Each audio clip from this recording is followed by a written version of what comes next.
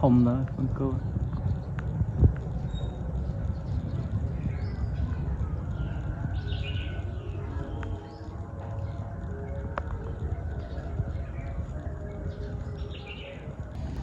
chim to ấy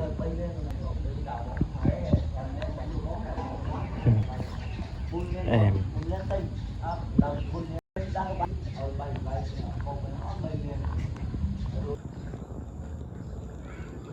nó là hổ mà thật nhìn được hổ mình đâu riêng riêng ơi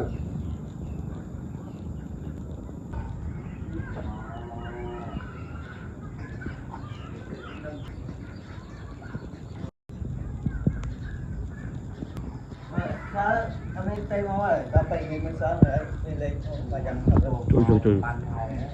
lên